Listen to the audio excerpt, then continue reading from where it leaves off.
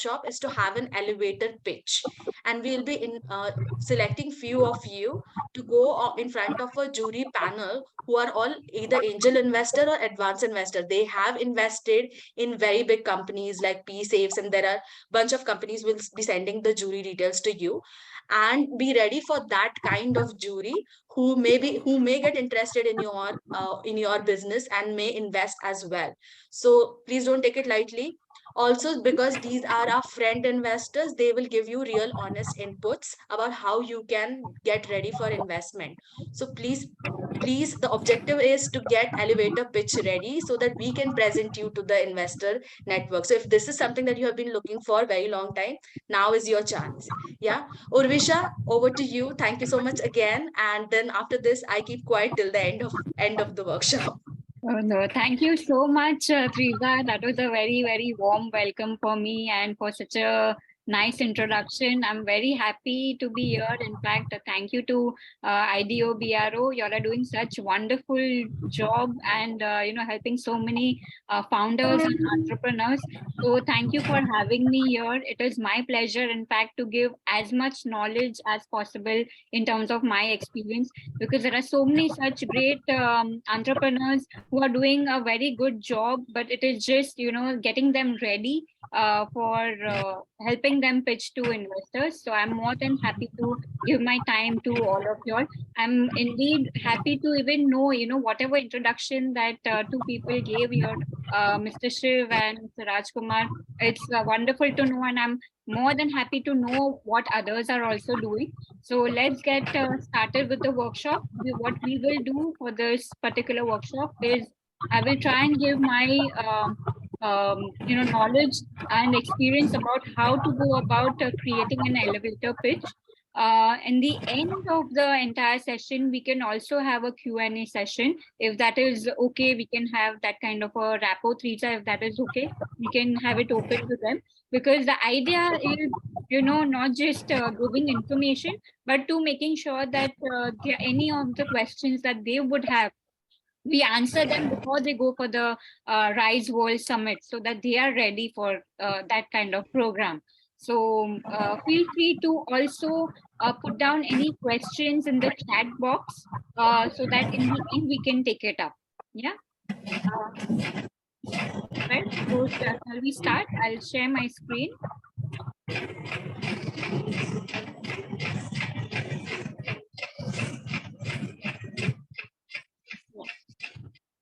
Is the screen visible to everyone? Okay. Yes. Right. Okay. Great. So the first step is basically helping you all create the right elevator pitch, because first thing, here is the agenda for today.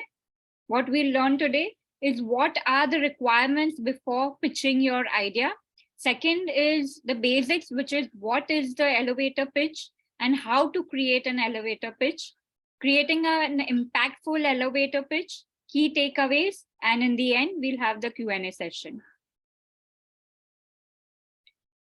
So I'm sure that all of you all know fundraising is a very painful but unnecessary task which most startups have to periodically endure.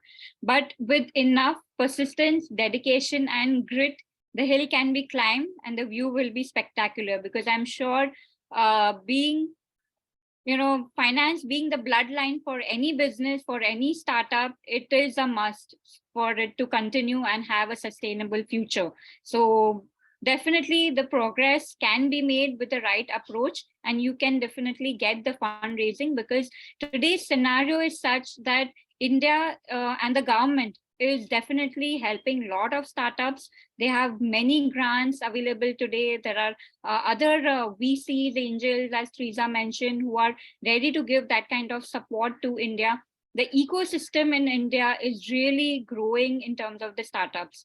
So all it needs from our end is to make sure that we take the right approach and pitch to investors, right?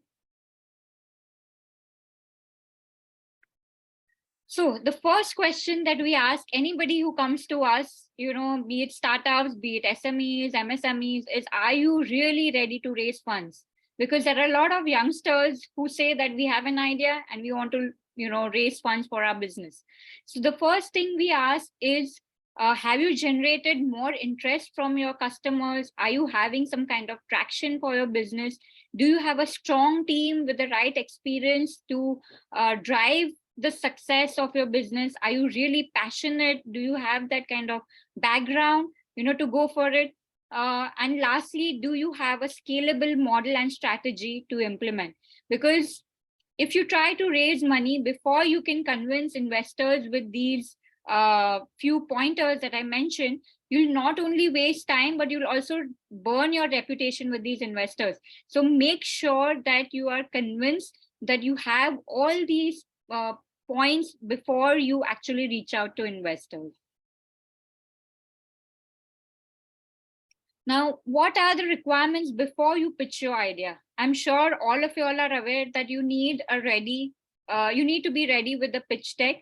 You need a financial model with valuation, and you have to be ready to sell your story in a very, very convincing manner, and be prepared with the most relevant questions that are often asked by all these investors. So before you take that first step of going to investors, make sure that you have these 4 things in place. And of course, there are a lot of people who are there to support today. There are consultancy firms like us. There are startup enablers. There are incubators who can help you with these things. When I started as an entrepreneur, way back in 2014, I was not aware, in fact, of how to go about these sort of collaterals. But today there's a lot more support. So I would really recommend that you take these professional, help in any kind so that you can pitch in the right manner. So let's start with the basics. What is an elevator pitch? I'm sure a lot of people out here might be already knowing, but it is just good to reiterate what an elevator pitch is before you go to the RISE World Summit. What is an elevator pitch? It is a short description of an idea, product, or company. It's, as the name suggests, it's of course meant to be, about 30 seconds, the time that it takes for an elevator to reach from your ground level to a certain level. So 30 seconds is what we generally recommend. That should be enough to explain to somebody what your startup idea is and leave the investor curious enough to know more. The investor should, be in such a position that he's really amazed with what you're doing and come back to you to ask you that, hey, now we need to get into the details of it, and we would like to get a detailed pitch deck. So let's go ahead with what are the requirements for an elevator pitch. The first question is, okay, do I really have only 30 seconds as they generally say for what an elevator pitch is? I'm not sure about how much time is that you are getting to pitch in front of RISE World Summit. Yes, Rita? 5 minutes. 5 minutes. Okay, that's really good, because you get more time to explain yourself to the investor, and you're not running short of time, because generally it takes, capturing someone's attention in a very short span is a real challenge. So that's good enough. I think what we can do is we can address what are the key points that you all can get, cover in that 5 minutes that you have. So one very important point is that make sure that the pitch is reflective of your audience, the situation, and your startup's value while you pitch. So aim to keep it short, concise, and precise, so that you don't run out of the 5 minutes of your time. May I ask a quick question, please? Yes, sure. Actually, this presentation, do we get to see a copy of it later? Can we get a copy later? Is it possible? This particular one, which I'm doing for the workshop? Presentation, because I'm focusing on your instructions. I'm not taking notes. That's why. Yes, sure, no problem. We Okay. can share that. Not a problem. In fact, there are pitch templates also which you can work on. And ideally, I would recommend everybody here to, if you want me to go slow, I can go slow, but at the same time, have your own pitch decks open in front of your, or have a notepad and a pen written so that you can take down notes, because eventually what you want to see is what I'm talking is fitting the pitch that you are going to be using for your World Summit, right? So feel free to take down notes and feel free to stop me, because this is a workshop and not just a webinar or a seminar where I can stop and explain whatever is needed, or go slow if you need to take down notes. Is that okay? Ji, okay, thank you. Yeah, okay. Thank you. So this is one of the very powerful pitches that I would really want to talk about. I'm sure everybody knows what Tesla does, right? Tesla had a very amazing pitch, which I will read out, and you will know how interestingly they captured anybody's attention. So when you go for your pitching, something so punchy is very important to catch someone's attention. So why does Tesla exist? We have record high CO2 levels in the atmosphere, resulting in a steadily increasing temperature, and it's still climbing. Combustion cars emit toxic gases too, killing 53,000 people per year. What can we do to change this? How can we make a difference? What we are trying to do with Tesla is accelerate the world's transition to sustainable transport. At Tesla, we make great electric cars. This is really important for the future of the world. Now, how lovely and how impactful this pitch is. Such a short pitch, but tells you exactly what Tesla does, tells you exactly what is the problem that Tesla is solving and how impactful it can be, right? So anytime you are creating something, have this in front of you to make sure you are covering all your aspects.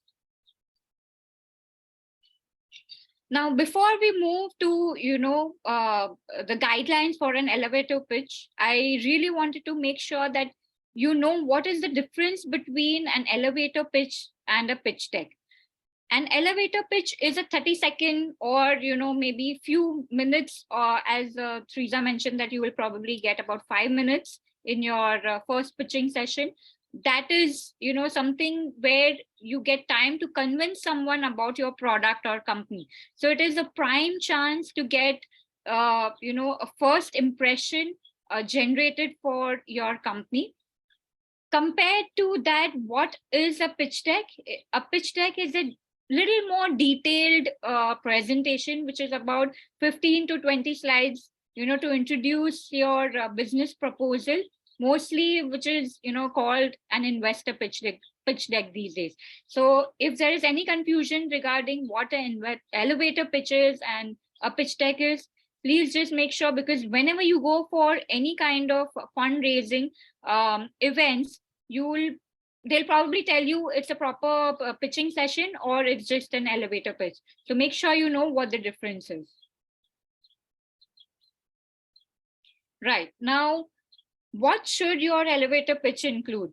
So since you have a very minimum amount of time, you need to capture who you are, what you do, how you do it, who you do it, who are your customers, and why now? Why is the time right now for your product and your concept or service that you are providing important and during this day and age? So you can squeeze hundreds of words into your 30 seconds by talking fast, but that is not what we are looking for. What we are looking for is that every word that you speak in front of the audience, your investors, you leave an impression. So you don't need to rumble very quickly, but you need to be precise and concise in terms of what you are explaining.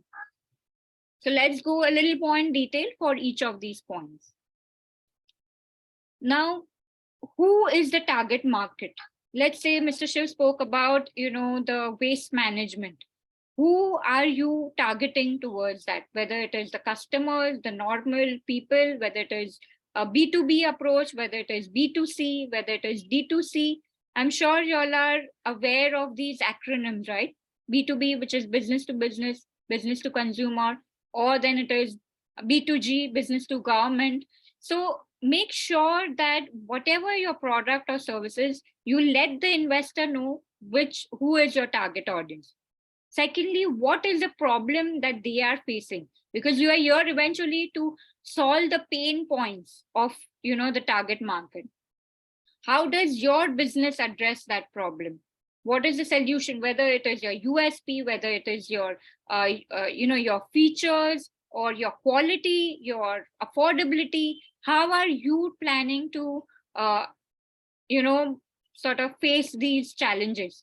How will your customers know that you have helped? So again, an elevator pitch needs to be really punchy. So make sure that these are the points that are getting covered, right?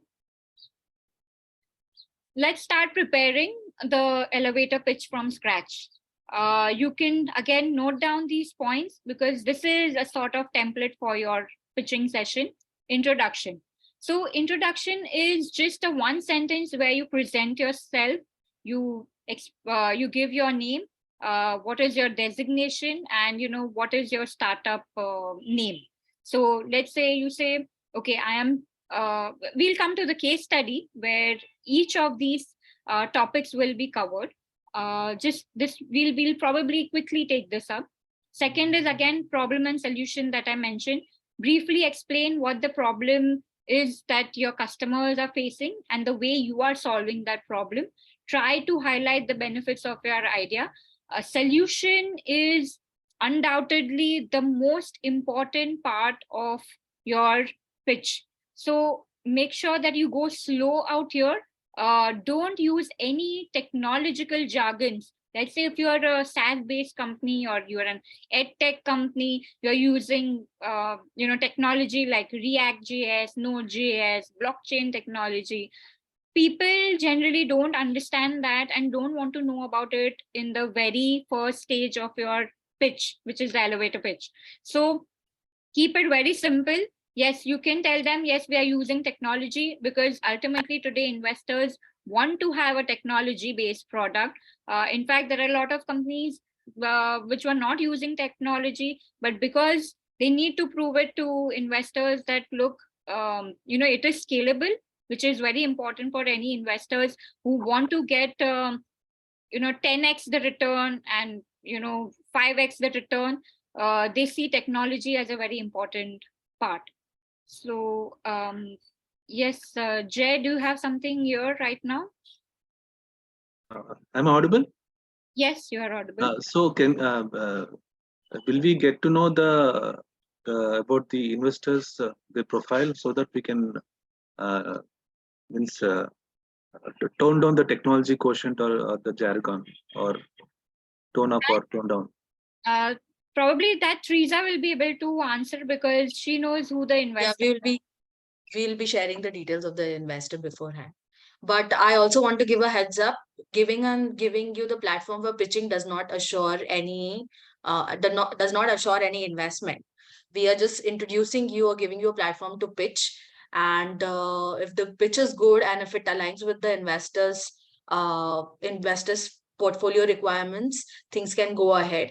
It can very well happen that we select you to pitch and nothing comes out of it after your pitch. So we are just curating a platform that will enable you to learn about how to pitch, get the connects, like opportunity to pitch, but rest everything is will depend on how your pitch is and what is the interest of the investors. And I would request everybody to ask questions relevant to the session that is going on right now. We will be taking questions about the actual pitching towards the end of it. There is a Q&A. After the Q&A ends, we will definitely answer everything on the selection process, who are the investors, how you're going to get selected, etc. So let's keep the session going on, and all questions related to the logistics can be answered towards the end. Yeah, thank you. Thank you, Teresa, for that. So Jay and a lot of others might have a lot of questions. I would say you have to do your best. stick to what I am pointing out to you. Then you have to leave the rest to the investors. But focus on what you are delivering. Focus on practicing the way you want to pitch to investors, because you will get multiple chances. Trust me, when you go for fundraising, you will get hundreds of rejections, but that cannot that should not reject you. In fact, it should be a motivating factor, because at every session you will probably learn something more. The more you go towards the more you practice and the more you approach investors, there'll be something or the other which might help you close that loop. So take it as a progressive mission towards your goal, rather than an outcome. You have to just work on these points that I'm giving today. That's about it. Yeah. So let's continue. Third point is competitors. Today, investors are very, very particular about who are the competitors in the market, because I'm sure it's not that you have a particular product or a service which is very, very unique. There will always be, if not direct competitors, they're probably indirect competitors. So you need to inform the investors how unique is your solution. How will you outperform the competition, right? There might be something relating to maybe price point which you are unique at, or there must be something relating to a technology which somebody is not offering, some particular feature like which is maybe AI based, ML based, which somebody else is not offering, or then your customization power. So there will always be that some unique element in your business which you must highlight, which is your strength, right? So make sure that you are aware of what your competitors are doing and how what is the competitive edge that you have. Moving on. Next is the market opportunity, which you must definitely highlight again. Investors want to see how big is the market. You can't tell somebody that, oh, the market opportunity is huge. Well, if you think it is huge, then prove it with some statistics, prove it with some industry data, and also make sure that you are capturing a big market opportunity. Generally, investors want to see that the opportunity is $1 billion size opportunity globally, but maybe you are capturing a part of it which is also big enough for them. So as I had mentioned, that investors want to see 10x the return. It is here that they will actually come to know whether the demand for the product and the growth drivers for the product are there in the market. So make sure you capture that. Next is your business model. Again, a very important point. How are you generating revenue? Whether you have one revenue stream or whether you have 4 revenue streams, make sure you let them know that my money is going to come through these revenue streams, whether it is online, whether it is offline, whether it's subscription-based model, whatever it is, just make sure you mention that. Coming to the achievements part. Achievements, or in another terms, it's also called traction. Now, generally, Hi, sorry, can I just interrupt a little bit? On the business model part, when you mention your revenue stream and all, does this business model need to be in the format of a lean business model? No, not at all. I mean, by lean, what exactly do you mean? What is it? There's a standard format of a lean business model, which has a lot of columns. Teresa could probably give details on that.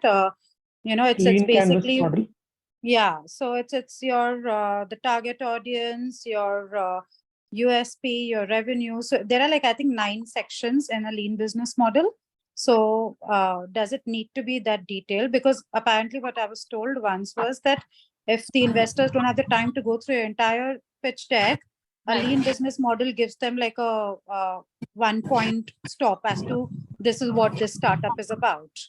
So right. So generally, that business model where I understand you're talking about that 1-pager sorts, which has those boxes, right? If I'm not mistaken. Yeah, that's right. That is mostly used for one-pagers, not when you are pitching to investors, because generally when you are going to investors, they will not sit and see those boxes.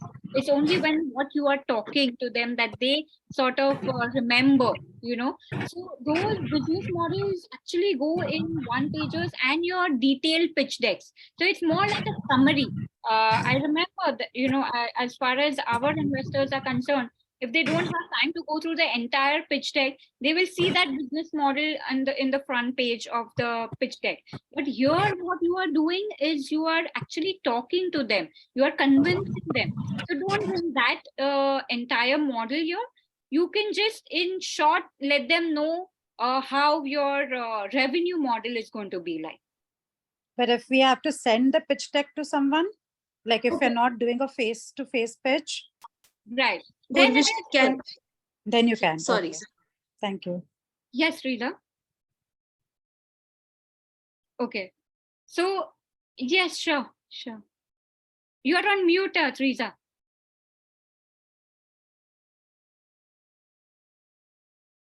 Okay, I'll go ahead. Fine, no problem. Yeah, so yeah, definitely you can have that business model when you're sending it to others, but don't waste your time in that 5-minute slot, which we are right now focusing on. Reason being, you have a very limited time, and trust me, you'll not even know where your timing gets over, and they will eventually remember what you are talking. So yes, as a you know, follow-up, you can always send that, because that is more visual, and they can always read it later on. Yeah. So moving ahead, where were we? We were on traction.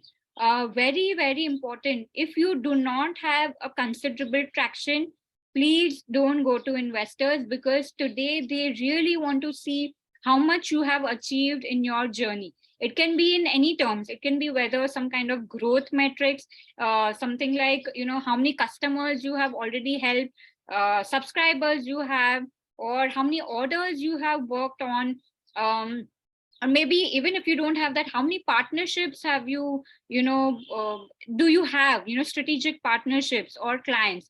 So in terms of numbers and traction, they want to see how much of milestone has been covered. Only then they will be ready and interested to invest in your business. A company which is at a very, very idea stage, at a very initial stage of just concept, they are generally not interested. They will always tell you, you work on these things and then come back to us. So it will be pointless for you to knock doors unless you work on this on your own. I can understand there are a lot of companies who face resource issues and challenges. Probably they don't have the right human resource, you know, employees to drive things forward. They don't have money. But even bootstrap companies, right, who don't have external funding, have been doing so well. So if they can reach a certain stage, then I'm sure everybody can reach that some stage where investors are confident of investing in your business.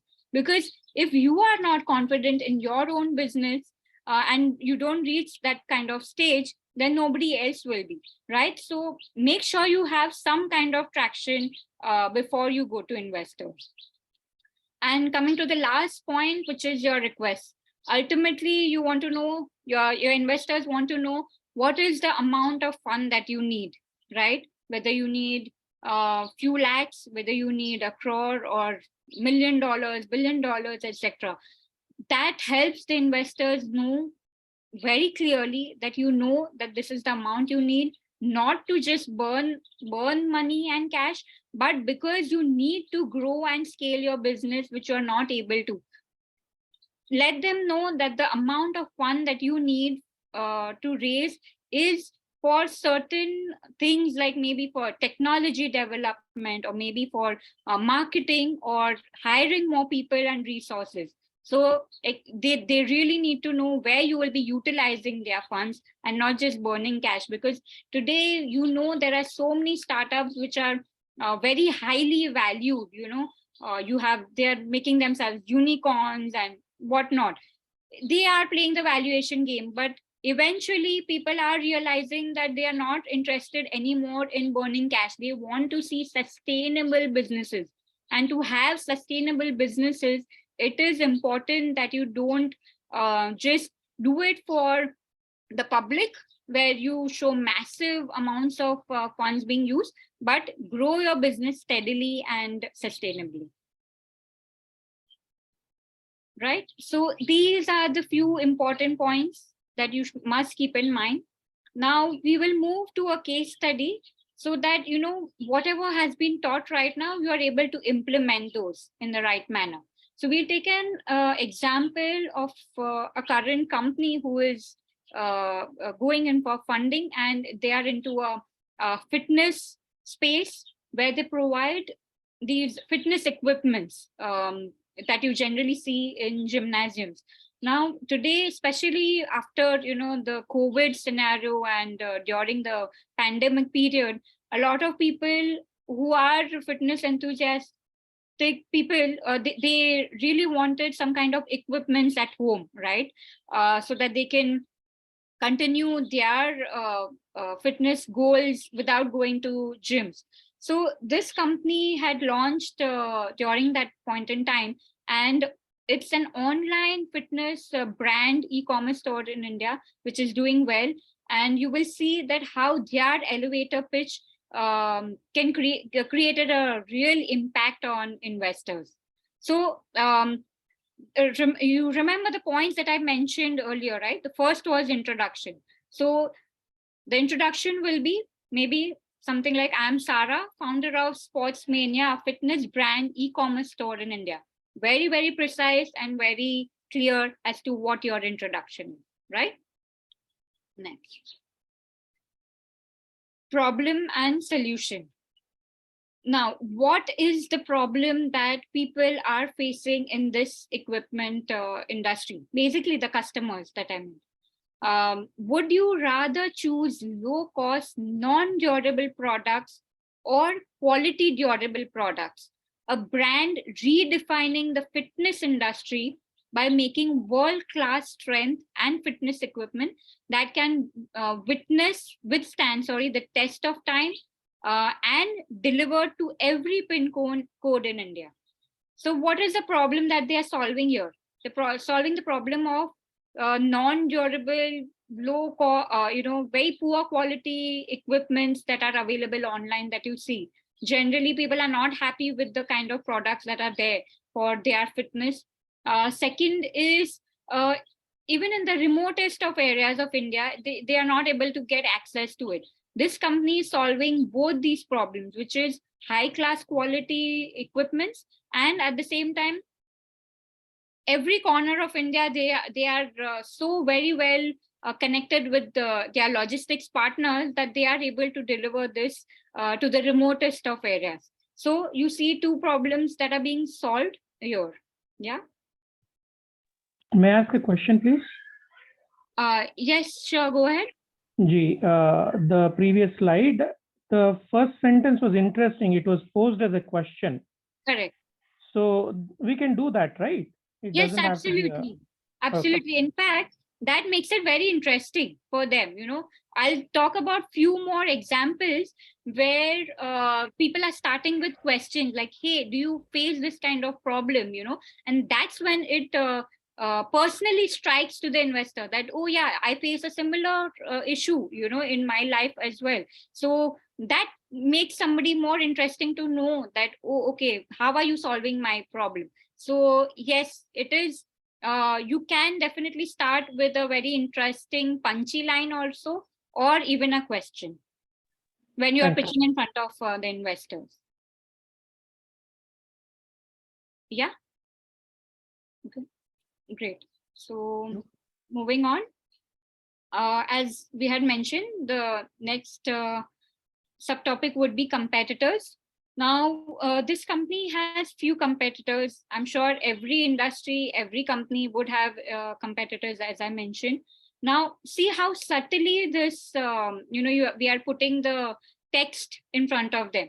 Unlike our competitors, which are Being Strong, Fitline, and Bullrock, we offer hybrid model of both online and offline fitness equipment, which also has flexible payment plans and solutions. Now, if you see these, if you do your own research, you'll probably see that these competitors are mainly online and they're not providing offline solutions. So now, how clearly and concisely these guys are mentioning that we are different and we are providing flexible payment plans, because they provide rental solutions also, not just buying it out. They are connecting with gymnasiums who can rent out their equipments, who don't want to pay. So these are flexible terms which are very, very important in today's day and age, and that's how they are different. Sorry, I have a question. May I ask a question, please? Yes, sure. Yeah, in my case, I am working specifically with engineering colleges, and I have not seen, I've extensively interacted with several colleges. The kind of solution they're giving, it's not being given by others. Okay. So, in that case, could I say that I'm a first mover, or would it be too presumptuous? Yes, you can say you are first mover. Then make sure you highlight you are the first mover in what sense.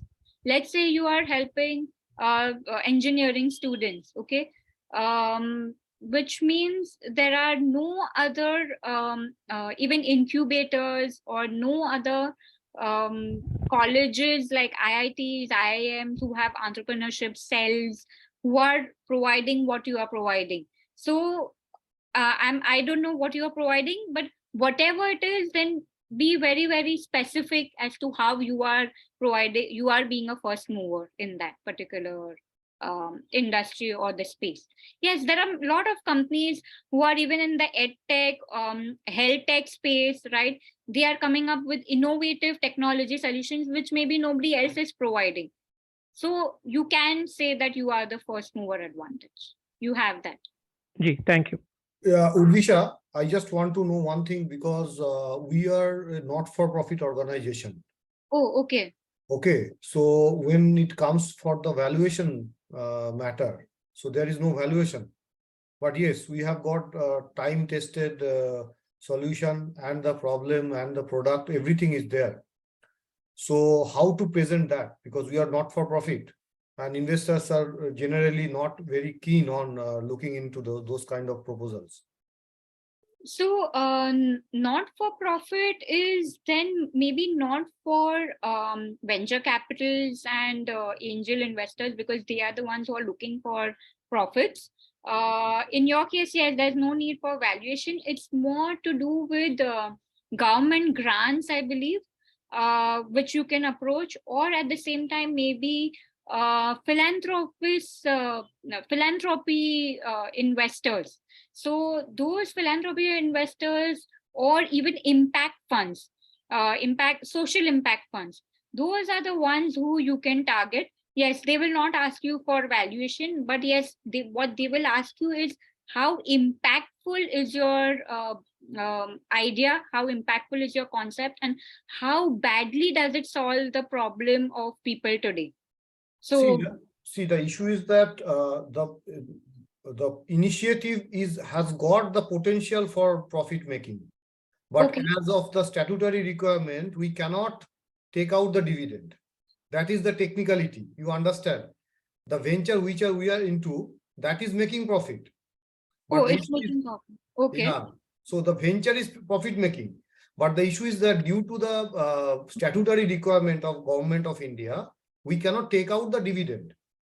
Right, which means that you have registered yourself as a non-profit organization. Exactly. Right? You are making profits, but that is only to sustain yourself. Exactly. It's not for we somebody.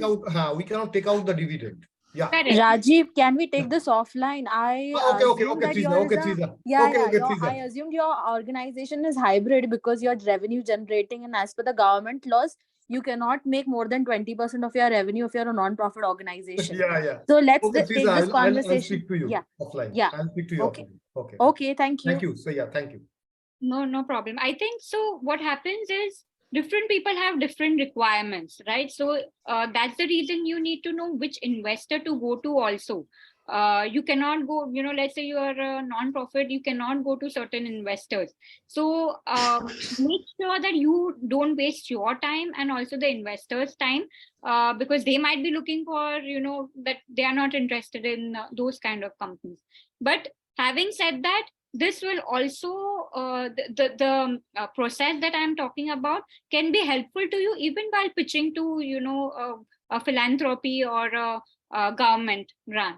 So don't worry about that. You can relate it in some form or the other for yourself. Yeah. Yeah. So moving on, coming to the market opportunity, as we were talking about this particular case study of the fitness industry, the global fitness industry is a US dollar $100 billion market opportunity size with the right time to capture due to the rise in online fitness equipment demand. Now, how well is this captured? You will notice there are three big elements that are covered here. One is that the person is talking about the global market, not just India market, right? Because eventually this company might want to tap the global market and not just India if they scale to that level. So one, they've specified that they want to go global. Second, how big is this market, which is a huge market, $100 billion opportunity. And third, this is the right time. Why is it the right time? Imagine if something like this had come into launch a few years back, maybe even 6 years back or 5 years back. People were not very conscious about fitness. People were not very conscious, to say that probably they want to have something for their own homes. They can buy something online and, in flexible hours, they can work out. So, and thirdly, the technology was also not there to support, especially for e-commerce platforms. So, right time, right place is also a very important thing for investors to know, that yes, that even in the remotest of areas where people have access to technology, internet, apps, even they will be able to, get these products. So it talks about the scalability, it talks about volumes, where the business can grow. So that's how market opportunity needs to be covered. Yeah, coming to the business model. So this is actually the revenue model which I spoke about. Remember, I said that you need to explain where are you generating revenue from, what are the different streams. Now, this company has 4 streams of income, so which they are again mentioning, which is, they have online and offline to generate. One is through their own website. Second is through rental income, trading. Third is through trading initiatives, and last is through offline. So again, very well and clearly mentioned how they will generate revenues. Achievements, which is the traction that I spoke about. See, this company has good traction. So they have mentioned we have 16,000 plus subscribed customers with 150 plus products that have already generated about $2 million worth in revenue till date.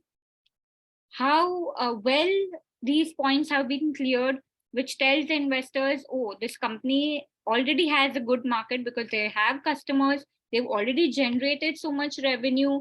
You can also put some more key metrics like your returns, ROI, or average order value, whatever is relatable to you, in whichever field you are in or industries. Make sure those key metrics are put so that they get an idea in terms of how far you have reached and how this opportunity can be big for you if they put their money inside.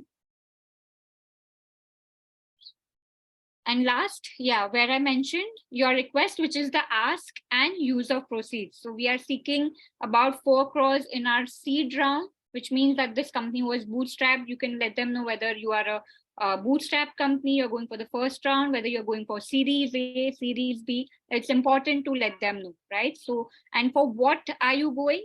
For what is the need of the money, which is for your tech development. This company wanted to set up their new own gyms to scale business pan-India.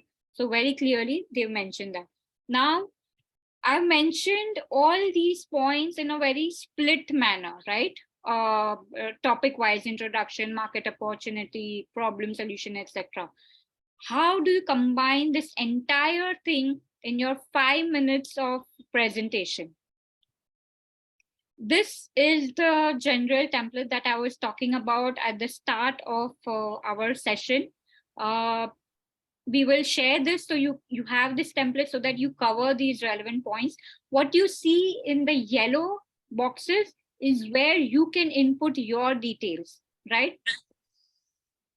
So we have covered the entire session into this one template, which you will be able to cover in your elevator pitch. Again, what we will do is the case study that I just spoke about. We will try and put those plugins into these yellow brackets to see how it is sounding to an investor. Okay, so you as an investor, now you will get an idea how it's looking like, right? So my name is Sarah and I'm the founder at Sportsmania that provides fitness equipment.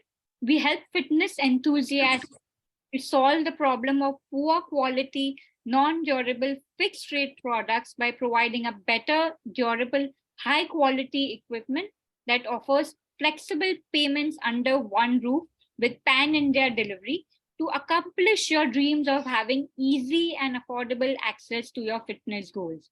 Unlike some companies like Being Strong, Fitline, and Bullrock, we provide hybrid model of online and offline flexible payment options. This is a $100 billion opportunity alone. And now is the best time for it because there is a rise in the fitness demand. We make money by 4 streams online. 4 streams, which is through online sales, offline sales, trading income, and rental income. We have already achieved 16,000 plus subscribers, 150 plus products with a revenue of about 10 crores. We currently need 4 crores to achieve international certifications, launch in more regions, improve tech platform, and open own gyms. We are here to revolutionize the fitness for India. So how well is this entire thing captured, right? If I had not told you the step-by-step process, and if I had just gone directly to this template, you would have felt it's a lot of information to, to take in, but it is very well captured here. So what you can do is use this template to make sure you are covering your points. But again, this template is just a starting point. You will have to be sure that you are creative in your approach to highlight the pain points by asking certain questions, as as we covered earlier, or something much more catchy. We'll talk about it in few more other examples. Few other examples. Here, this is another very interesting concept, and which is, okay, has this ever happened to you? You are rushing to get the kids out of the door in the morning so you can get them to school on time and not be late for an important meeting. And then you realize that you can't find your car keys. This happens all the time to me. In fact, did you know that an average suburban professional misplaces their keys more than 5 times per month? That's more than 600 million times per year. Using a Bluetooth technology, we've created a low-cost key that helps people find their keys and other lost items in record time, making it easier to get out the door on busy mornings. We've got a working prototype, and now we are looking to raise funds to go into a large-scale production. We've got some new team members on board with extensive manufacturing experience and supply chain expertise. So we are hoping to get to market in the next 6 months. I'll give you a few seconds to go through this again and see how this company has very well, covered all the key elements. and how relatable it is to any audience, especially people like us, right? Captures the problem, captures the solution, what their product is, which they mentioned is a Bluetooth technology. Very simple. No need to go into, how the product is working. All those things come when the investor is interested in knowing more, right? So they'll be like, oh, I want to know more. So that's when you know, okay, your elevator pitch has worked. And then you go for your detailed pitch deck. And the company also mentions that they want to raise funds, at what stage they are, where will they use the funds. So again, very, very simple and very effectively put, I would say. Again, these are some more examples. I'll go through one last example for you so that it is put in your minds. We are an online platform which connects local homeowners with house cleaners. You could say we are a type of Uber for maids. With us, you can compare locally available house cleaners with options for price and availability. Also, just like Uber, you can look at reviews, ratings, and instantly book a maid from our app. Our platform helps to empower house cleaners and homeowners. We do this by replacing the overhead usually found in these type of services. With us, finding a house cleaner is effortless. Again, I don't need to say anything, but you will, in a span of few seconds, understand how the working works exactly like Uber, which has reviews, ratings for connecting homeowners to house cleaners, right? So this is another example. Now, coming to these very 4 important criteria. So there is an excellent article which you all can find on Inc., which is written by a venture capitalist. His name is Sean Weiss.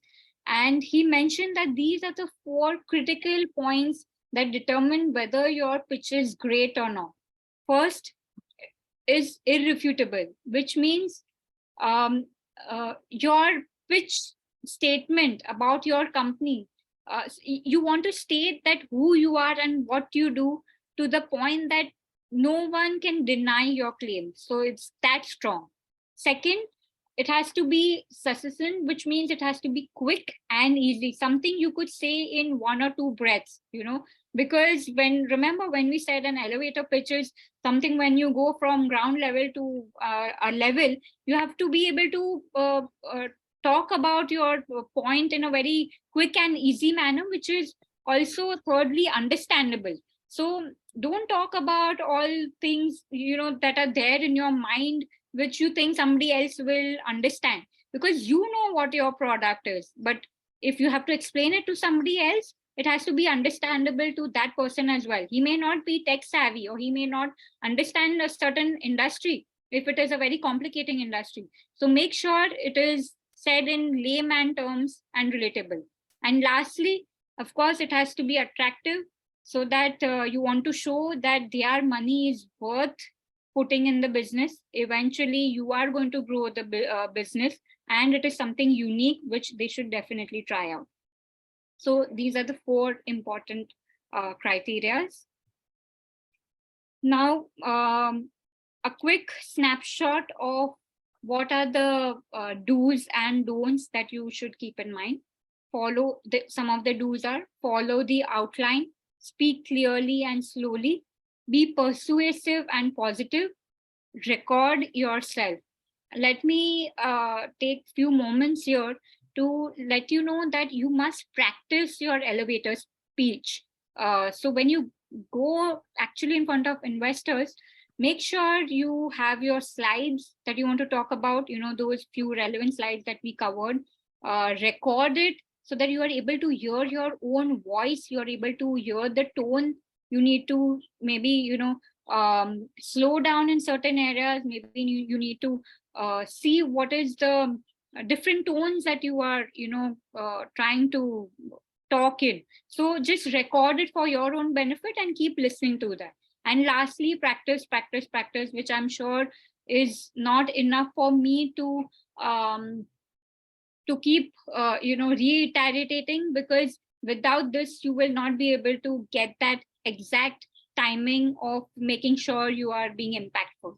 So these are the don'ts, and don'ts are, again, don't include too many details. It's very, very difficult for somebody to get everything in that one shot. It is said, there's a survey done by Microsoft, and in that they very rightly mentioned that the span of memory of a human is very limited. It's just about 8 seconds. So you want to make sure that you are able to capture that.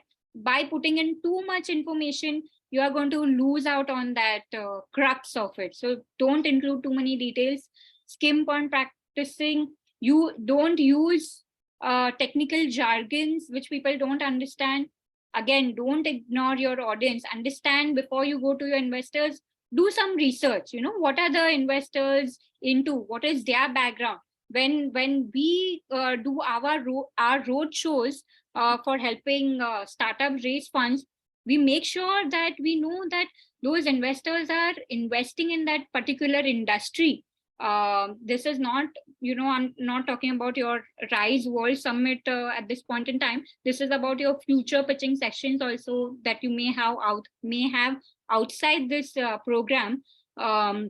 See, take that time out to see which portfolios have they invested in, which sectors are they covering.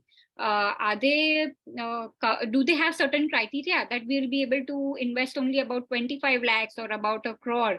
If that's not matching your criteria, don't go to them and waste your time or their time.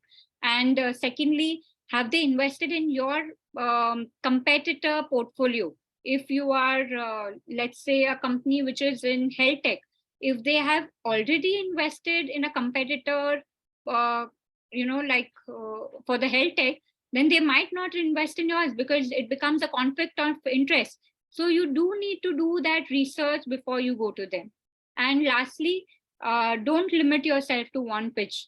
Again, as I mentioned, there'll be a lot of rejections that can come to you. Try and improve every time you go to make sure, because ultimately it is the, you will get more confidence to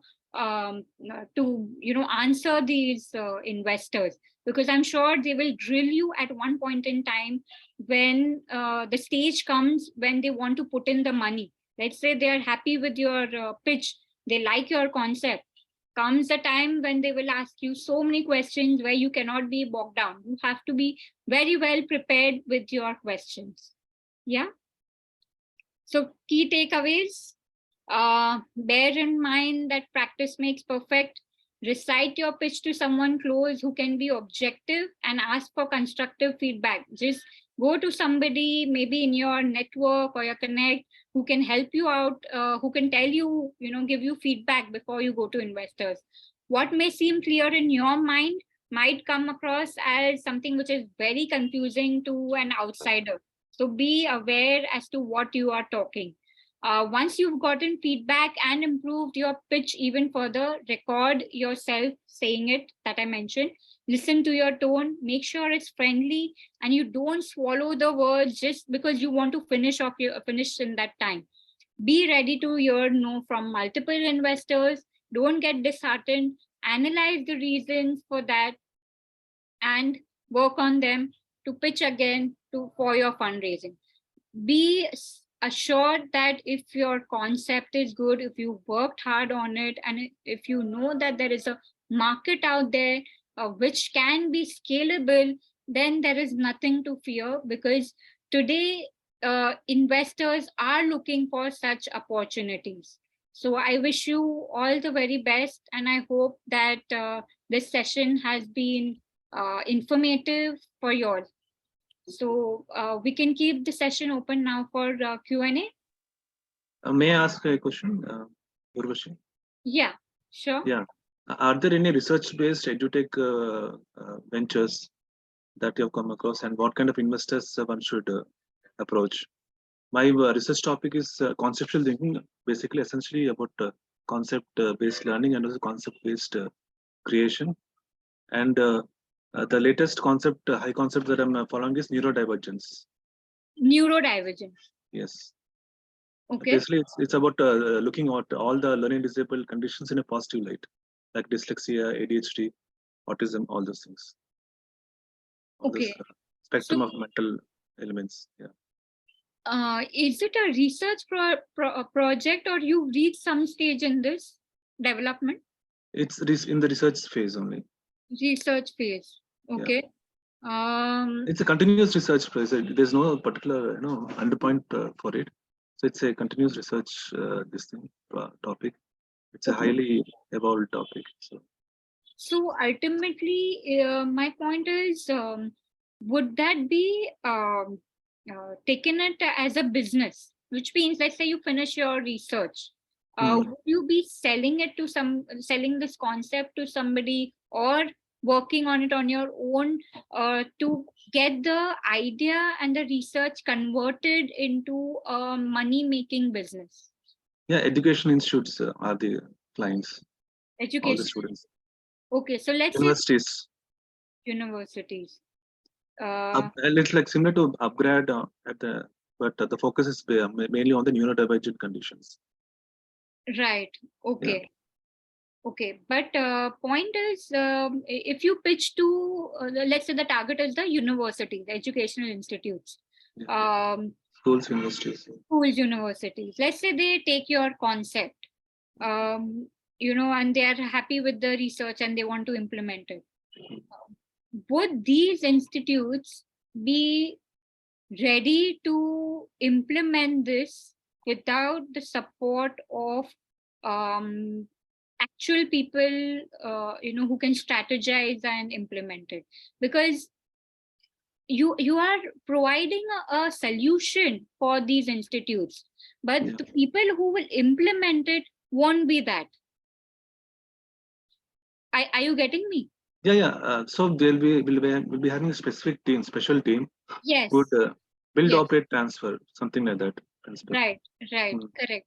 So in that case, you'll have to go to first these institutes for getting interest of proposal, and whether they would want to beta test it, do the pilot testing, etc.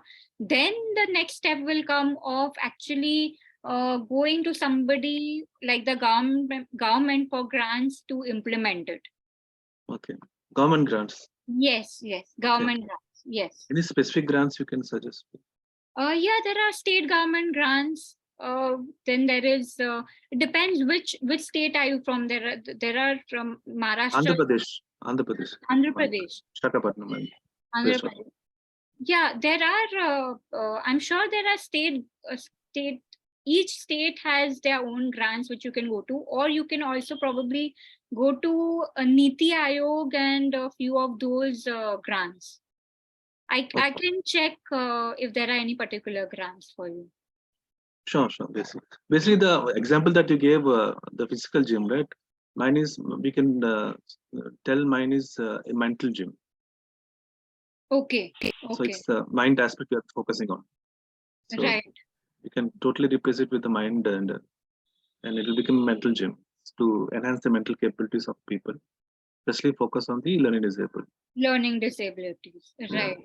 Right. And I'm sure there must be nothing as of now for it. So that's why you are working on the research side of things. Exactly. As of now, there's no such, specifically targeted.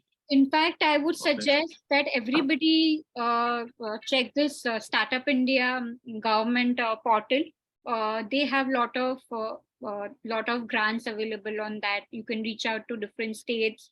You will see also on the Startup Government India portal every week and every month they have impact related grants available. If somebody is helping solve issues in healthcare, or somebody is solving issues in defense industry, yes, specific to the industry, there will be something or the other where you will be able to pitch. So check that website out. Sure, thank you. And Urvisha, can we take questions from Navya and Stuti? I think they have raised their hands from quite a bit time. Oh, sorry. Yes, sure. Because I'm not able to see all of them, I think. Okay, no worries. I'll keep picking up. And then there is a question from Shiv Challa also wants to ask a question. So maybe after Navya and Stuti, we can take question from Shiv. Sure. Please, if I miss out, please just go ahead and do that, because I think on the screen I'm not able to view everybody's hand raised. Sure, let's go ahead with Navya. Hi, Urvisha, Navya this side. Hi, Navya. Yeah, so my question is, there was a case study that you mentioned where they had a Bluetooth prototype for finding cars and things, right? So that's a basic product where they haven't quite really captured the audience or started their business model yet, but they have a prototype in place. Apart from the tech-driven prototype sort of platforms, what other companies would the investors be interested in, where the companies need initial funding to start off as well in the first place, but there's a huge potential out there in expanding to the markets? So can you help me with how this kind of system works and what are the chances for investments? Okay, sure. So good question, Navya, because I understand that today everybody is focusing more on technology. Reason being, a lot of investors see faster growth in that, and they get more returns. But having said that, there are a lot of other companies which are not tech focused, but they are creating an impact. For example, there are upskilling companies in the healthcare industry. If you see that today, there is a shortage of skilled people in the healthcare industry, especially if you see nurses, if you see ward boys, if you see professionals who are dealing with people like you and me who are hospitalized, especially even in the ICUs, the emergency sectors, etc. Now, this particular company that I'm talking about, they are getting funding not because of any kind of technology, but because the impact funds see that how effective their solution is, their services, in providing upskilling services to all these university and nursing homes, medical students. Because ultimately the need of the hour for our country is to make sure that even the human resource is very well skilled and developed, right, in terms of trainings, in terms of programs, everything. Now, one was the impact. Second one was that they are able to connect with so many nursing homes, and they saw that they are doing so many training programs, and they see scalability there also. So it is not just about your technology, it is about, as I said, the impact that you are creating, how different is your service, even if it is a service. Yeah, so these are the things which investors definitely look at. So even if, Navya, you have a product which is making some kind of difference and not tech based, it does not mean that you will not get the funding. Thanks, that answers my question a lot. Does that answer your question? Yes. I was just a little confused because I've been hearing a lot from people that profits, numbers, and metrics are everything that helps you get a funding. If not, it will be more like a non-profit.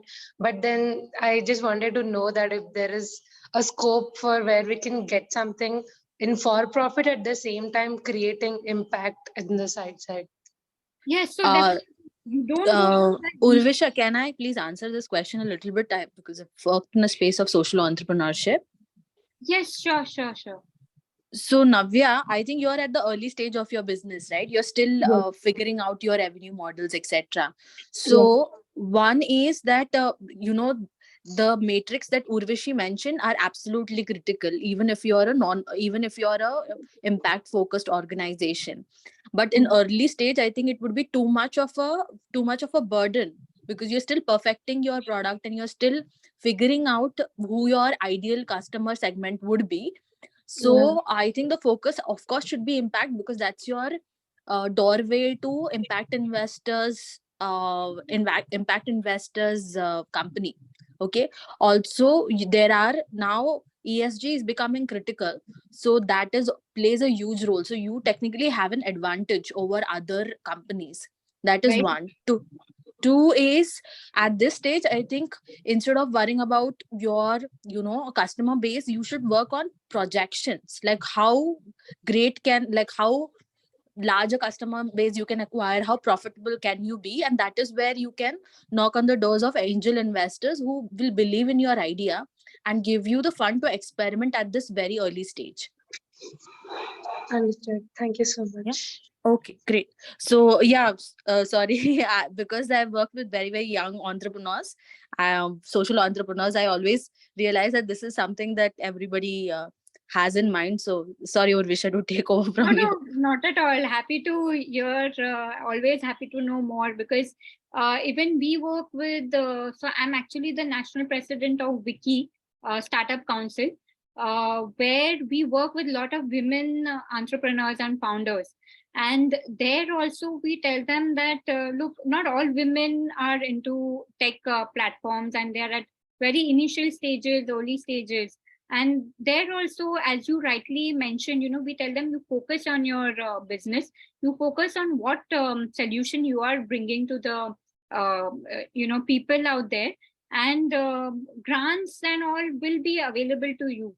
So you need to know who to go to. Don't go to some kind of VC who is into more of profits and who is into more of tech side of things. So if you go to them, then naturally there'll be rejection. So know who you are going to based on your company. And again, even if you are bootstrap, you can always grow step by step to reach a certain stage where you get that traction and then go for the funding. Okay. Got it. Thank you.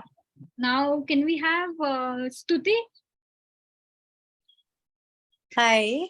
So I had like a twofold question for the elevator pitch, or even like a regular pitch deck that you submit usually. One of them is your ask.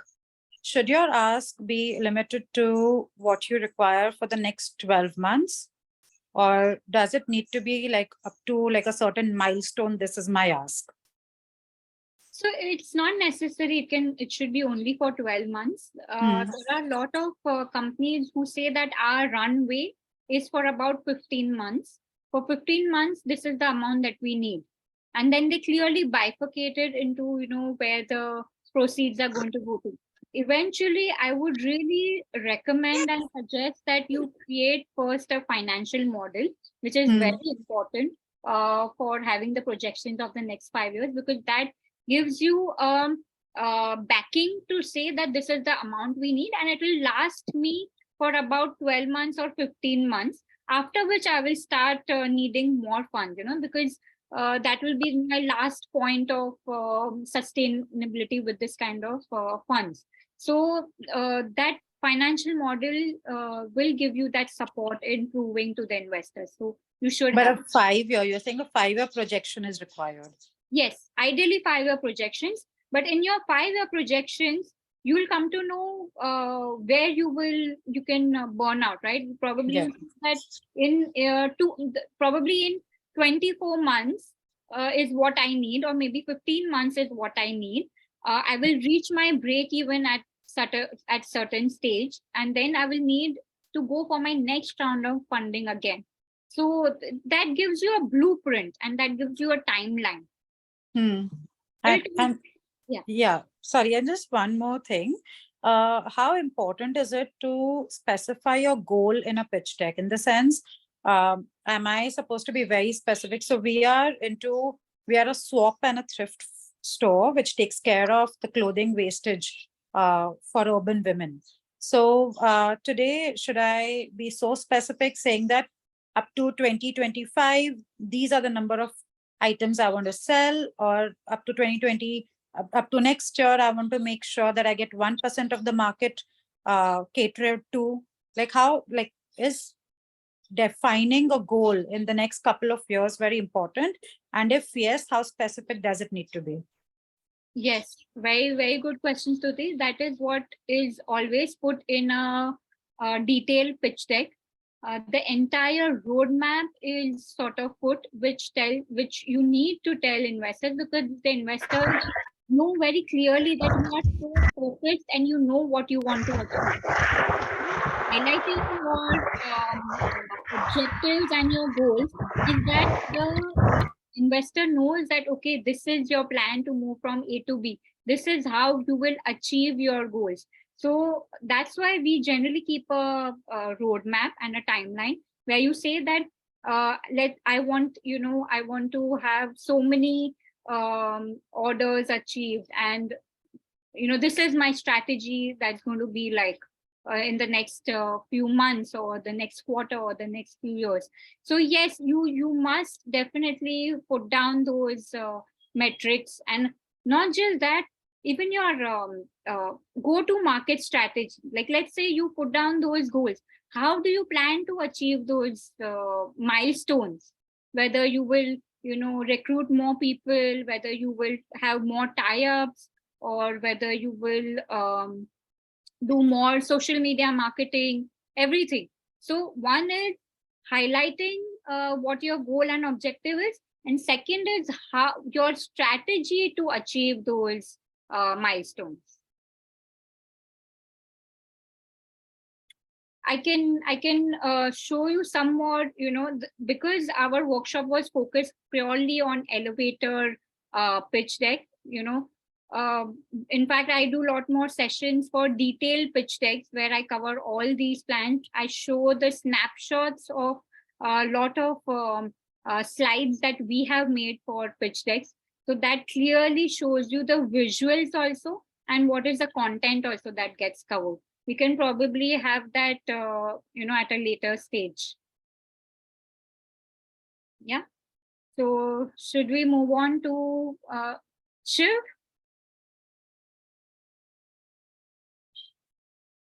Yeah, thanks, Urvisha. So I have two questions. One is this elevator pitch, what you have mentioned is of 30 seconds. So I have been attending, maybe till now 10 pitches. So, but elevated pitches till now 0 till today. So where exactly do you see elevated pitches are asked? Like even in this Rise, we're asked for 5 minutes, wherein I feel that, whatever you covered in the beginning, I could do all that, concise way, only with the pictures and the small text. So even that was possible. But where do you see exactly this 30 seconds comes into play? Can you just share so that I can relate to that? Sure. So very, very valid question, Shivji, because this elevator pitch concept was more in the Western regions, okay, where there were companies like, not just companies, but if you see in Silicon Valley, where people were working on some kind of ideas and, their startup concepts, and even somebody who had, I forget the name, but I think some Steve Jobs had also pitched, and there was somebody else also who wanted a job. So it was more for personal reasons that elevator pitch started getting more attention, because Silicon Valley people, the investors, had very little time to, sort of hear out so many ideas and concepts that were coming to them. So they would say that if you can sell that idea to me in a span of 30 seconds, then yes, you are invited in my office for a detailed deck. So that the concept of that started coming here in India as well, when a lot of these VCs and a lot of the events where you go and pitch online to them, they had very little time span, and they had to select from hundreds of ideas and concepts if they had to select just few people. So that's when this comes into the picture. Or when you are going personally to meet some kind of investor, let's say you come across an investor who's very powerful and who is, let's say you have a SoftBank Vision CEO or those Sequoia head, and they say that you sell me your idea in about 30 seconds or 60 seconds, that's when this comes into the picture. And second is when you go to programs and events like hackathons, fintech programs, events where they say that we've selected about 30 companies to sell their idea. You have only so much time, so it's usually there where you have to pitch this elevator thing. Yes. So Shiv, I think I'd like to add what Urvisha has said. The thing is that you will meet, like from the way I understand from startups who have got invested in my network, is you can get your future potential investor any point of time. You need to be ready with a pitch, elevator pitch that you can present so that he or she gets interested in your company and you get the second level of meeting. So it doesn't matter you're pitching it on a platform like the Rise World Summit, or you meet person in a conference. You need to have your organization pitch ready so that the investor gets interested, hooked up. Nobody's going to invest based on just an elevator pitch because that doesn't give enough information. But the idea is to generate interest. That's it. Absolutely. They should be able to come back to you and say that, oh, I really want to know more. And that happens when people are so busy. The venture capital, you won't believe, every single day they get so many pitch decks, but they come to know in a span of just about 8 to 10 seconds whether they like the concept or they don't like the concept.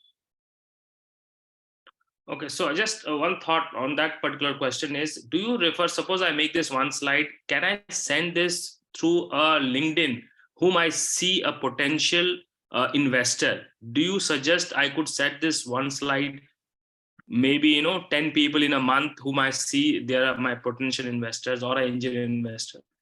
Do you recommend that? Send them a teaser. Do not send them a proper pitch deck or anything. Send them a very interesting teaser which they can which they would want to know more. So something like since you are into the waste management, right? If I'm not, that's what you mentioned. So something very, very impactful and very different, like make it in a very creative manner, and that attracts them to know that, okay, I want to know more. So do something like that initially to get that attention, and then you send them your 2 pages or 3 pages of little more detailed presentation. Urvisha, will that sorry, Karma, I had my second question, if you don't mind. So, in my personal pitch deck, what is happening? I told you my story. I run an e-waste recycling plant. Then I do a lot of industrial waste. And now I'm developing this app, right?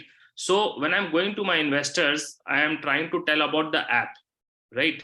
But my finance is on my physical assets. So based on my electronic waste, based on the industrial waste, because the Karma coins, what I'm building, we have not yet started rolled out. The investment I'm asking is the breakup is, okay, I want 50 lakhs for building this platform and the other assets I'm building. So that part is already there. But they ask, Shiv, you're doing, a couple of them asked me, Shiv, which project you're asking money for? Even though it's in my roadmap, I'm not able to express that in my pitch to the investor. How do you think? So in that case, you have to have again, that I mentioned, you have to do your financials in place, the financial model projections, where you can list down the various expenses, in terms of, so where your revenues will be generated and your expenses. Then in the expenses, you will be able to tell the investor that, look, I need, if out of that, if you are asking for 50 lakhs, you will probably be able to very specifically tell them that I need 10 lakhs for my app, I need 20 lakhs for my fixed assets, I need 30 lakhs for marketing, or whatever. So the financial model will be able to tell you that you can tell them that this is where all places I need money in, because unless and until you don't list down that where my money is going in, nobody will come to know. So that's the reason they probably want to know that, okay, which part of your business needs more funds and which part of your business can run without that. I have a follow-up to the question by Mr. Shiv. Can I ask? Yes. Sorry, Jay, but I think there is Swaraj has raised his hand from a very long time. So it would be great if we take Swaraj questions and then Jay will come to you. Sure. Swaraj, please go ahead. So my question is a quite fundamental question. I don't think, Swaraj, we can hear you. Hear me now? Yes, very clear.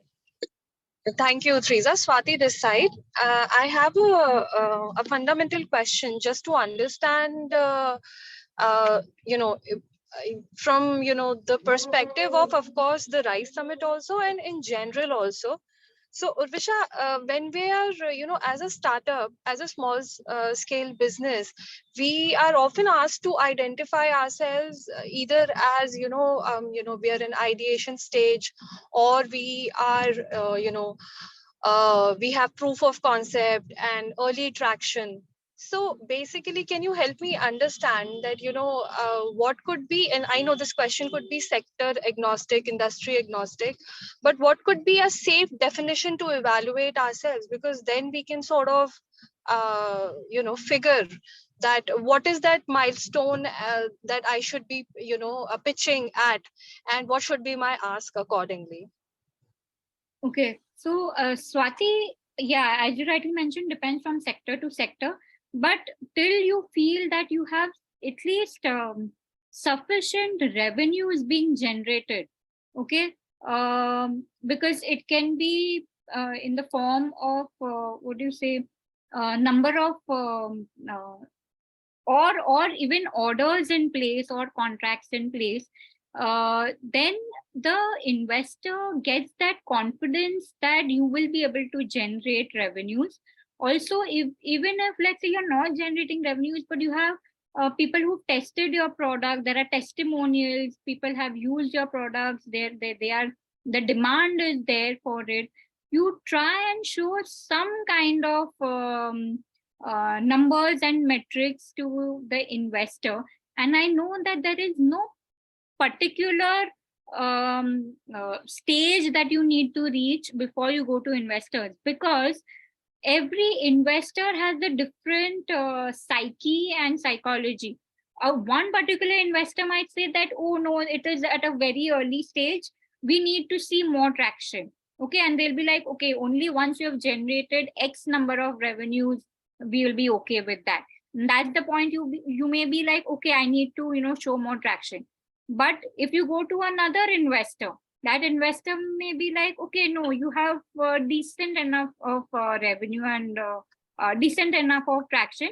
We may not be able to give you maybe 40-50 lakhs, but we can start off with a few lakhs to support you. So there is no threshold when you say that this is the traction you need to show when you go to any investor. At a point in time where you feel that, okay, now we have done decently well, and now we need the funds to, take that leap of faith to scale up and not waste much time. With that funds that we get, we will really be able to grow fast and show more. That's the time you go to the investor. Definitely, but I also ask because you, I think, have had the opportunity to work with multitude of entrepreneurs, small scale businesses. So when we talk about, of course, I mean, business continuity for me is something, the potential and business continuity is something which I would look at had I been in their shoes, and of course, some very important and fundamental metrics. But just to understand proof of concept and early traction, I mean, how is that laid out and how is that viewed, keeping aside, of course, the scale of business? I would say that the proof of concept generally works in more like tech-based companies. Reason being, they cannot go to the market very fast till they have certain amount of funds, and the investors understand that coming from a tech background, proof of concept is enough.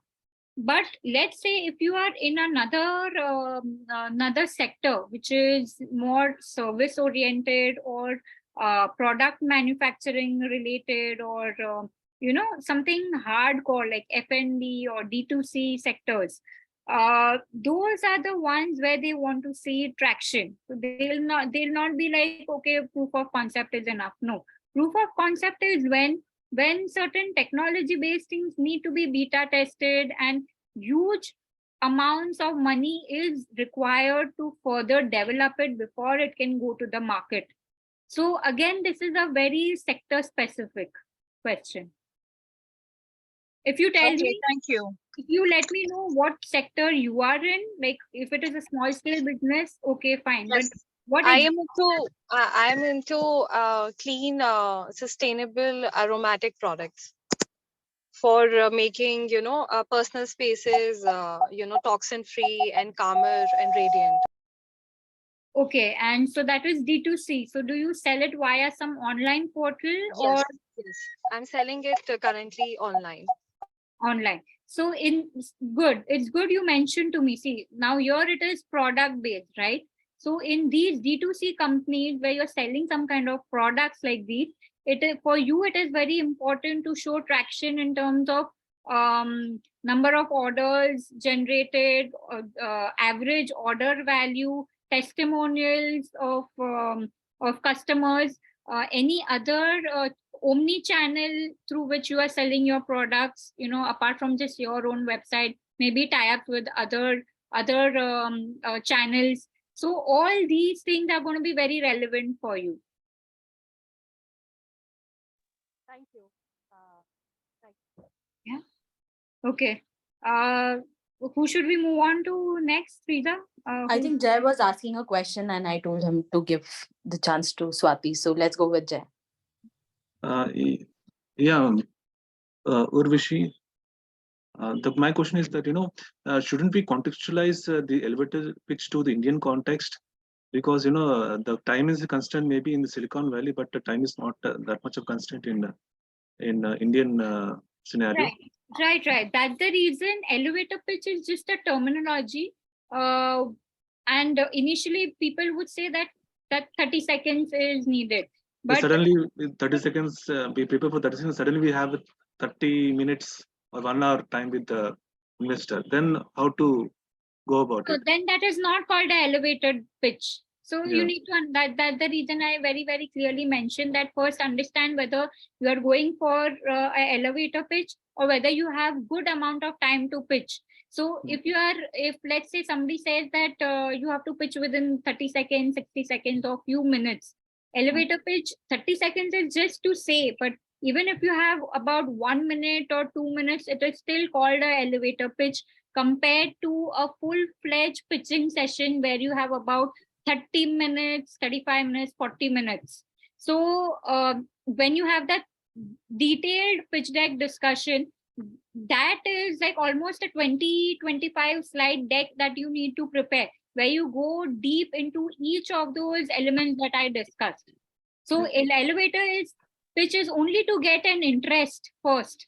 So you might be knowing about the Indian context. You might have worked with lots of startups. So could you contextualize it to the Indian context, the elevator pitch? Will it be slightly more time based? Yeah, so what you can do is, let's say in the Indian context, they might tell you that you have about, just for example, 5 minutes. Now in that 5 minutes, the topics will remain the same that I explained to you all about, the introduction, the problem solution, market opportunity, competitors, everything will remain the same. But you will have a chance to explain your product more in detail. You will have a chance to explain your features more in detail. Maybe you will probably tell the investors more about the competitors, or because they are more interested to know more about the competitors. So that time span you will get to explain things in detail. So if coming to your question, if it is an elevator pitch in the Indian context, if they say that you have 5 minutes, that 4 minutes will be to actually explain quickly your points, and that 1 minute might be for Q&A session. So depending on the time, you need to practice and see how well you are able to cover your points within each of those subtitles that I mentioned. Sure. And one quick question is about the gender diversity in that core team. Will they look into the gender diversity? Whether I've come across some certain cohorts who ask about whether you have a woman co-founder in your team. So does that matter for So the pitching purpose? Today there Funding are purpose. certain investment fund houses. There is a company, there's a VC which is only focused on investing in women founders and women co-founders, and that is primarily to help these women grow. Okay, it's more like inclusion and inclusion of these women entrepreneurs, especially because Urvashi, I want to make a different case over here. Sure, go ahead. I want to say this, that it's a very proven this thing that women-led businesses or even gender-led businesses do far more profitable compared to the businesses that are led by men. I'm not saying that businesses led by men are not profitable, but it is proven that when there is a women founder or the entrepreneurs work with, or the business focuses on gender, focusing on women, women welfare to a certain degree. Like if their business model focuses on improving the conditions of women, it is far more profitable. And I agree that there is a lot of effort to include women in the startup sector and have more entrepreneurs, I foresee, but there is a business case too. I agree to that. Reason being that reason is that women don't burn cash very easily. They are conservative when it comes to making sure that every penny is used very, very efficiently. Also, there is that concept that once you see a woman who is very, very passionate about their work, she works very, very hard. So the reason why the whole concept of women entrepreneurs, women co-founders, founders, including them, has come is to have a balance in your operational strategy, and also because women have a lot of ideas and potential, to give them that push, to give them that faith that they can strive in a scenario and in an environment where there are men. There has to be equal opportunity for them, and all they need is some kind of support to elevate themselves to a next level. So when you see earlier you might be like, oh, so why was this not there for women before?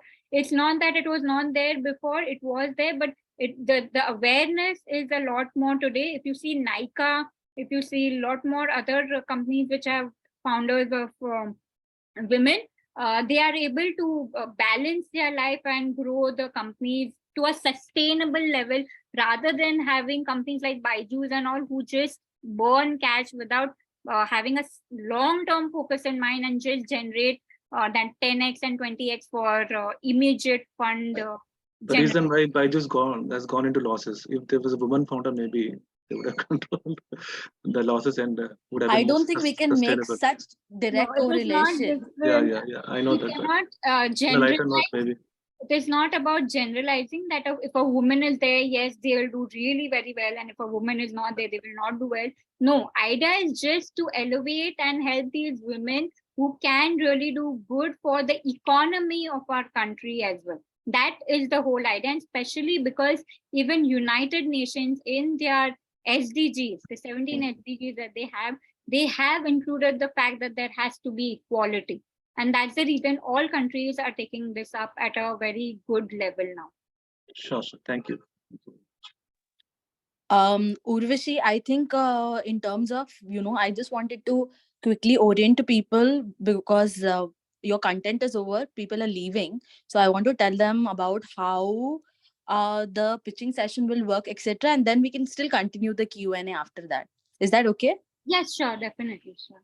Okay, so everybody who wants to pitch, or the next step of pitching, I would want to walk you through what is the process, who will be coming, who will be our investors who are coming, what kind of organization, etc. Can pitch tomorrow. On 31st. One is anybody can pitch who's a founder, co-founder of a business. The stage of the business is not a leading criteria. It can be early stage, it can be growth stage, it can also be a hybrid organization. So you would have started as a social as a non-profit organization, but are revenue generating and now want to raise money for your revenue generating business. So all kinds of organizations can pitch, but only founders or co-founders can pitch. The pitching time is 5 minutes, after which the jury will give inputs on your business, may refer you some your resources, and I mean, we don't know where things will go ahead. There is no commitment of funding. The jury will come to evaluate your pitches. They are investing in the business, so we hope for the best. Now, who is the jury? The first jury that I would like to disclose is Girish Agarwal. He was a director of Unlimited India, and he also is a managing director of a fund. I think most people would know Unlimited India. They have been supporting a lot of social businesses. Apart from that, we have somebody who's Lakshman Kumar Nasarpuri. He is not a jury, but he's coming there, one, to open the session, and two, he'll be there throughout the session. Very nice person. And he would be there to give inputs, etc. He has invested in PSafe, Chai Break, like a whole bunch of companies, Skin Elements, Radcliffe Life Tech. So like very wide level of investment across tech platforms, across femtechs, across food, etc. The another jury that we have is Anuradha Bhavnani, who was working with Shell Foundation as regional director. Also, she herself is an angel investor. Paula Mariwala, who founded and runs an investment firm called Aurelis, and again invested in many companies. She has confirmed to be on the jury, but like it's not 100% confirmation. She's supposed to still give us 100% confirmation, but she would be there. So these are the people who would be there to assess your pitches. The idea is to create a safe environment for entrepreneurs to pitch, get inputs, and so that you can refine your pitches. These are all investors, so you never know where things can go ahead. There are certain things you should need to know. Even if you're coming there for pitching for investment, there is a lot that you can take. For example, you can ask for mentorship, you can ask for networks, you can ask for connection, you can ask for refining your business models. So take advantage of all of this. It's an open forum, which means that if you see Girish on the platform, you can send him a message and ask for a specific time, so you can network with anybody who's on the platform. You can use this opportunity to showcase your business, which means that you can invite other people to join the session. People who would not come and listen to your business on general day-to-day basis, you can tell them, hi, I'm pitching at this forum, and come and join at this particular time to listen to my pitch and learn more about my business. So it's an excellent place for you to just increase your visibility. Apart from that, there would be a larger audience. We are inviting other angel investors to be part of the audiences. So it's not that only these 3 or 4 people will be listening to you. There would be more people who would be coming on the platform. And one another thing that I would like to tell you is we have a lot of other sessions related to funding, including sustainability, including MSME schemes, a lot of conversation happenings around entrepreneurship sector. So please take advantages of that. There is no one single way of getting funding. It is a journey, which means that you make connection, you make networks. So even if people say do not respond to you immediately, I know that many funders write down which enterprises are very interesting for them, and then when they open up, say, their fund, they reach out. So it's not like hardcore sales where you go and pitch, and then if you don't get the money, the sale is closed. These are people who remember other organization and are constantly look out for businesses that are highly profitable, and some of these people are focused on sustainability and impact. So don't think कि ये pitch हुआ कुछ नहीं हुआ खत्म हो गया. You will get into the diaries of people and things can come out later on as well. So how you can pitch on 31st? By today night, send us a 1 or 2 minutes recording of your pitch so that we know you can speak really well and we can present it to our jury. Apart from that, you can also send us any material that you'd like to share with the jury in advance. So all the people that I mentioned will send your information in advance so that they know you're pitching. And based on the quality of the pitches that you sent us, we will make a selection of 7 entrepreneurs. We might go to low to 5 because we would want to give space to people who are serious about pitching. And each entrepreneur will get 10 minutes, 5 minutes for pitching, 5 minutes for Q&A, asking questions, sharing information, things like that.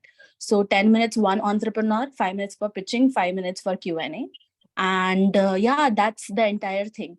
So if you have any questions related to the pitching, then let me know and I can answer right now. Who is the last investor that you mentioned? I missed it out. Paula Mariwala. Paula Mariwala. Okay. Yeah. If you have, we will be sending out this information to all the attendees. Okay. Will there be a WhatsApp group or mailing, or how will you? No, there won't be any WhatsApp group. We'll be connecting on one-on-one basis. Okay. Thank you. G, I have Just a question. one thing, May I ask you- Teresa. Sorry. Yes. What kind of material needs to be shared for the pitching session? If you have ready pitch decks, if you have websites, if you have product demos, you can send all of that. Okay, and do we, while pitching, also kind of take them through it? Oh, sorry, I forgot to mention, the whole event is no panel, no presentation, which means that you will be evaluated based on what you're pitching. And that's the reason it is important to send material beforehand. So as in you don't present it, you're just going to speak and Yes. whatever they have, they look at Yes. it beforehand. Okay, Yes. okay, Also, got it. you can use a visual aid, which means you can have just one slide or one picture that you can use to show how your business functions or what your product or service is. Yeah, actually, Teresa, that was my question. So I have got a flow chart. If Okay. I will just Yes. share it with you, and then we can take it up from there. Yes. Please share it along with your pitching video. Pitching video can be very short, 1 or 2 minutes. But depending on the quality, we'll make the selections. Yeah, I can understand. No issue. By what time you are expecting this video, please? By tonight, tomorrow morning we'll make the selections.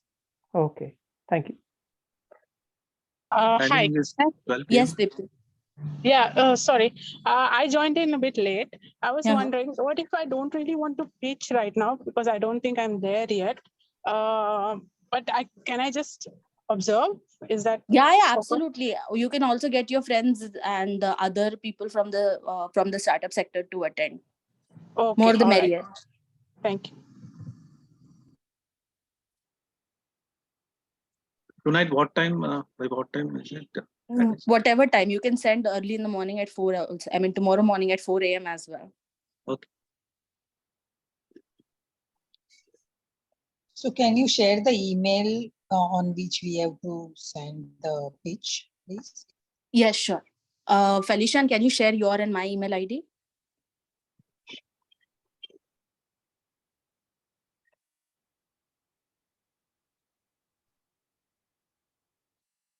Okay, thank you, Teresa, and thank you, Urvisha.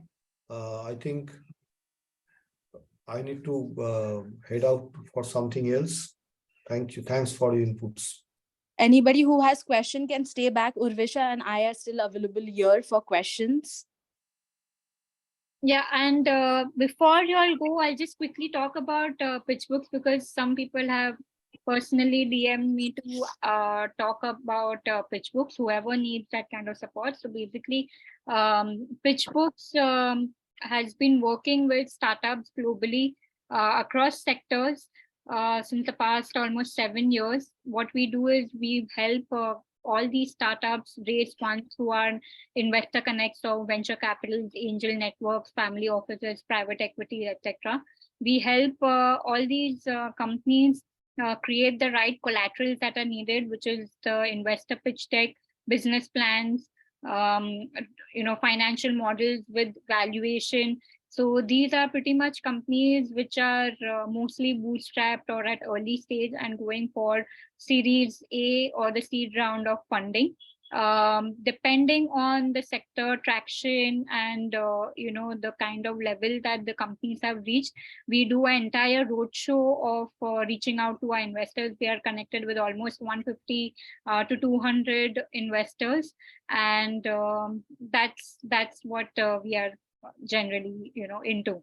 So anybody who needs some kind of help, I will share my details with Teresa, and Teresa can let you know. Based out of where? Which place? Mumbai. Fine.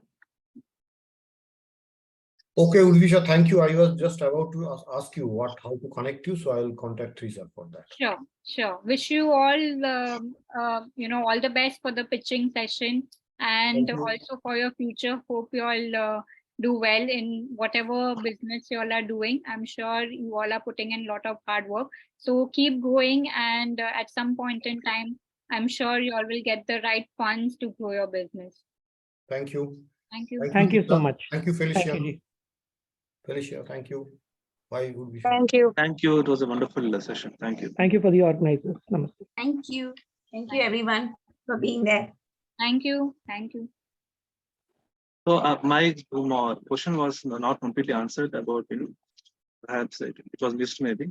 The investors who are into research-oriented projects like mine, neurodivergence, as I earlier told. So are there any specific investors in the Indian ecosystem? Well, no, I don't know about any specific investors here for this case. But again, as I mentioned, you'll have to go to these grants only, state grants, and those institutes which are supporting this.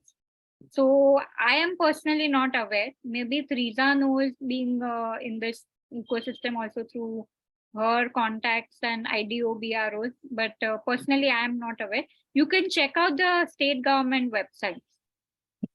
Okay. So investor wise, there's no specific research.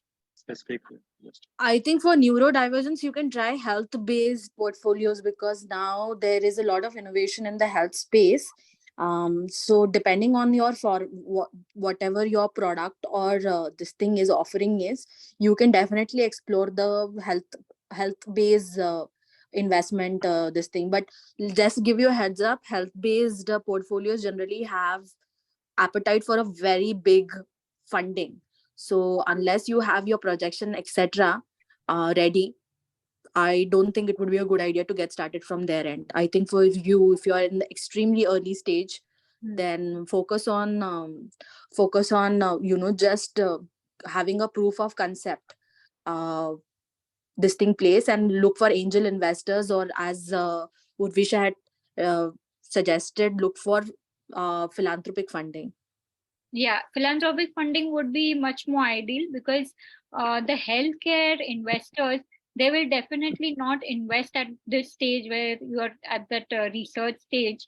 They come in only when you have proved your product or service in a particular manner.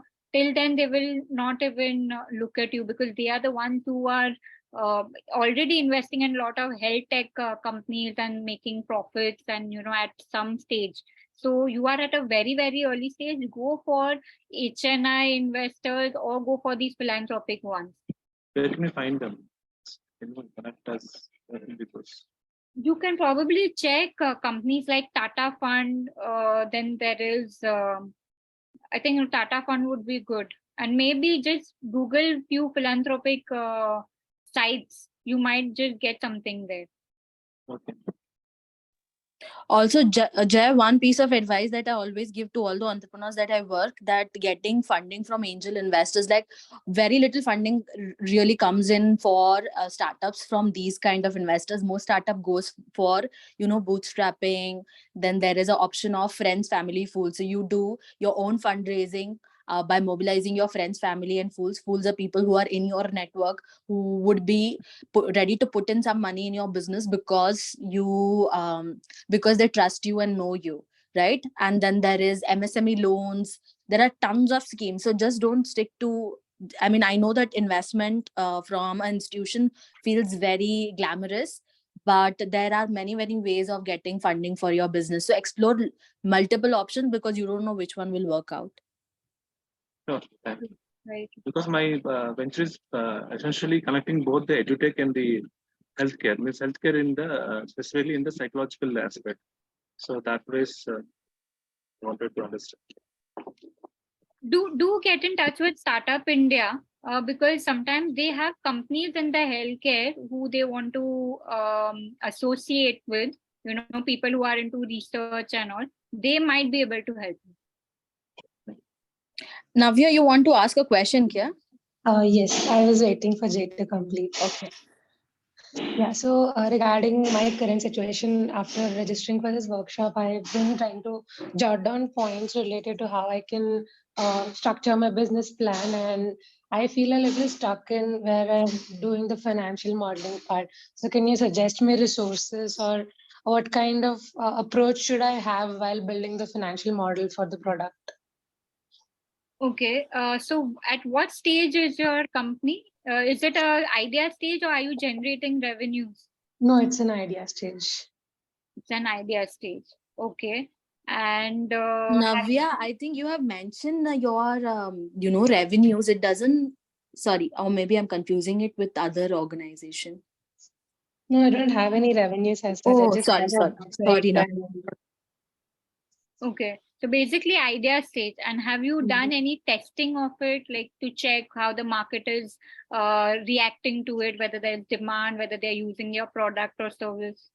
So I've done like I've sent out a Google form to people in my network, not direct friends, but also friends of friends, like third connections, I would say. I got a pretty decent response that they would love to use such kind of product if it is in the market. But again, like I'm a little confused about the finances part. No, so point is that you are at a very early stage to even think about your financial projections and everything. You need to first grow your business, sell more of your products via different, I don't know what you're selling, but sell it via different channels, get it more in the market, do more awareness of it. Once there is sustainability, I mean, once there's stability, where you are doing good in terms of month on month revenues, that you are seeing there is a growth, then you reach the stage of financial. Okay, so the initial stages can be experimenting on different ways to spread the word about the company itself. Yes, and keep a track as to how much of money you are generating and how much of expense you are doing for that each customer acquisition. Basically, what is your CAC, the customer cost of acquisition, and keep a track on that for initial few months, and see if every month you are growing in terms of selling more orders, reaching out to more consumers, different regions. And once you have that in place, then you move on to better financials. Understood. That's quite helpful. Thank you.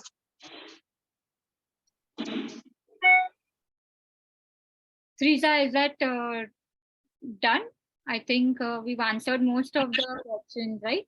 Yeah, I don't think there are any hand raised, but let's do a last call. If anybody wants to ask a question, now is the time. Otherwise, we'll be closing.